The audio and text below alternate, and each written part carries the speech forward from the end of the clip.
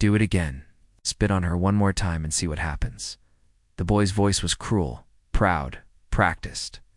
He thought the whole house belonged to him. Then he leaned toward the black maid in the hallway, kissed her cheek like she was the only safe place left in his world, and every adult in that mansion felt their stomach drop, because something was badly wrong behind those rich walls.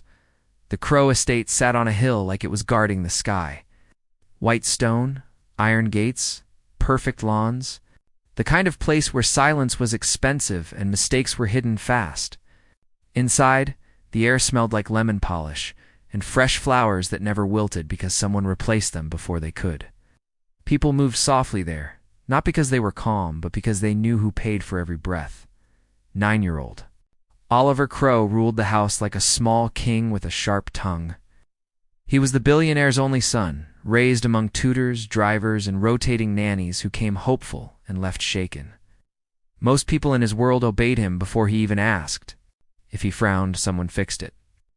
If he shouted, someone apologized. If he was bored, someone invented joy on the spot. Power had wrapped around him so early that he thought it was skin. The nannies tried their best. They were trained, patient, kind women who read stories, made snacks, and carried his tantrums as if they were storms they could calm with their hands. But Oliver did not want calm.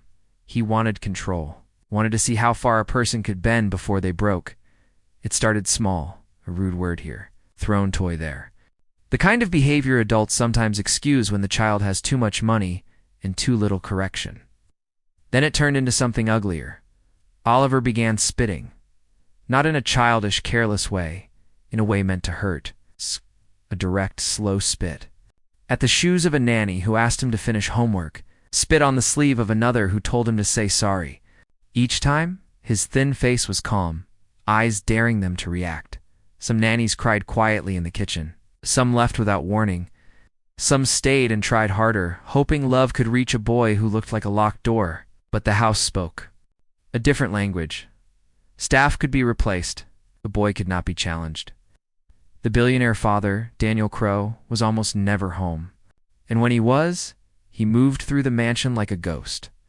Eyes on his phone, heart somewhere far away. Daniel had built an empire out of code and cold decisions. He was praised for being fearless in business, but parenting required a different kind of courage, kind that shows up every day, not just on headlines.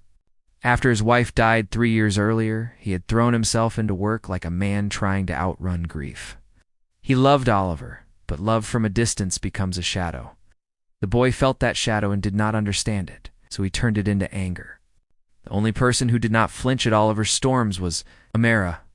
Amara was the black maid who had worked in the estate for 5 years. She was not loud, not timid, not trying to win anyone over. She carried herself the way people do when they have survived hard days and decided they would not be swallowed by them. Her hands were steady. Her voice was soft.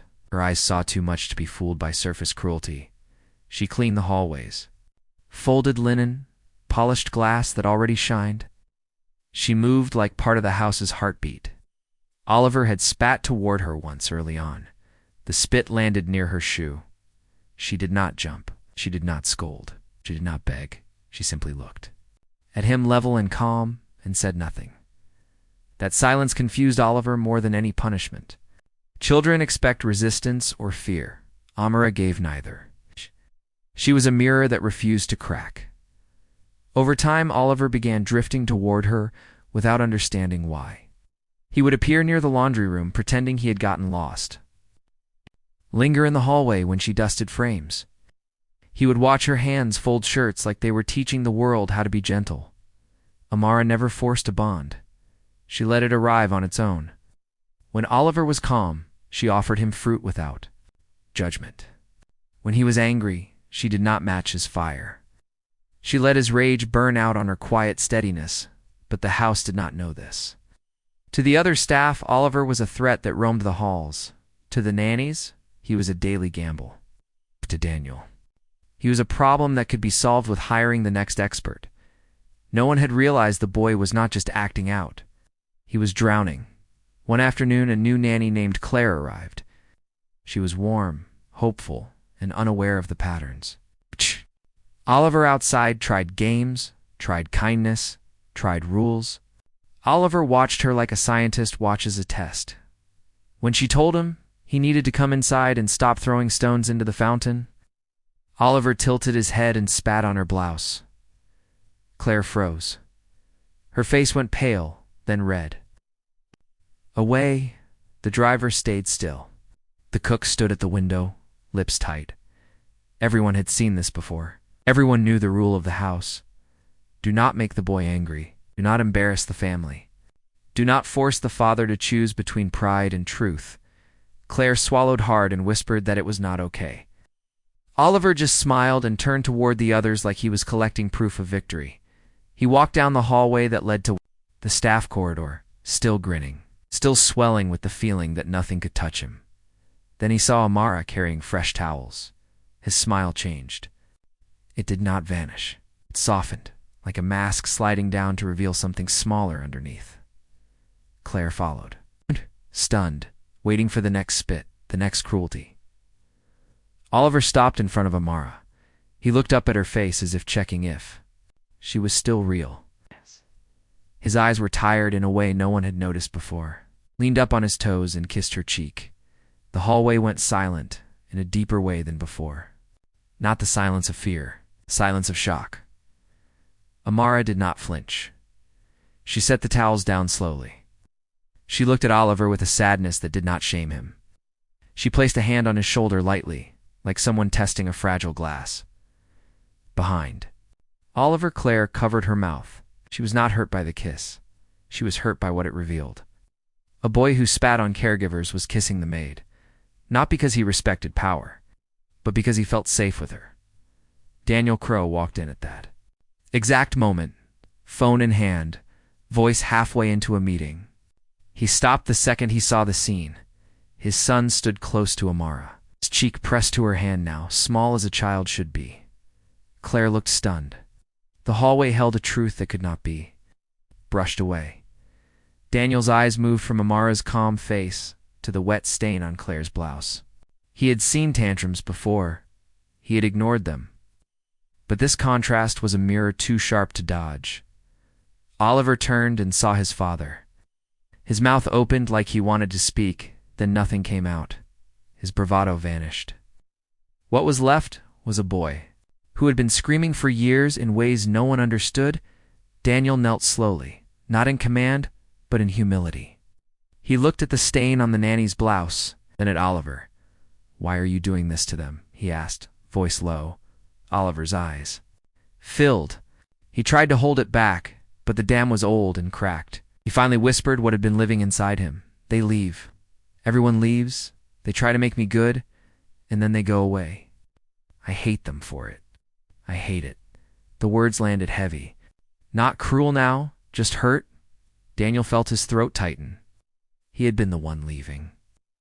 In body, in attention, in everything that mattered to a child. Oliver had turned that hurt into a weapon because it was the only tool he had. Amara spoke softly. Not as a servant, but as someone who understood grief's messy shape. "He is not looking for more rules, sir. He's looking for you."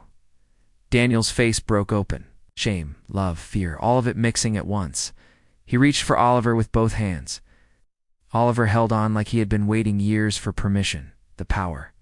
Shift did not come through shouting. It came through truth. The billionaire saw what money could not fix. The child saw that his father was finally looking. Daniel turned toward Claire and the other staff who had gathered quietly at the corner, apologized, not as a performance, but as a man waking up.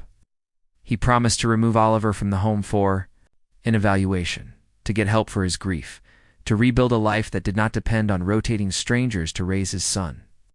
He also promised that no one in that house would ever be treated as less than human again. Claire nodded, still shaken, but relieved to be believed. Some staff cried quietly. Others simply stood there, feeling the air change for the first time in years. Oliver stayed close to Amara for a moment longer. He touched her hand softly. He whispered thank you, without fully knowing why. Amara smiled faintly. "You can be kind, baby. You just need someone to be kind back long enough." That night, Daniel canceled his meetings. He sat in Oliver's room and listened, not for 5 minutes, not as a checkmark, but as a father who finally understood that love is shown in presence, not in paychecks.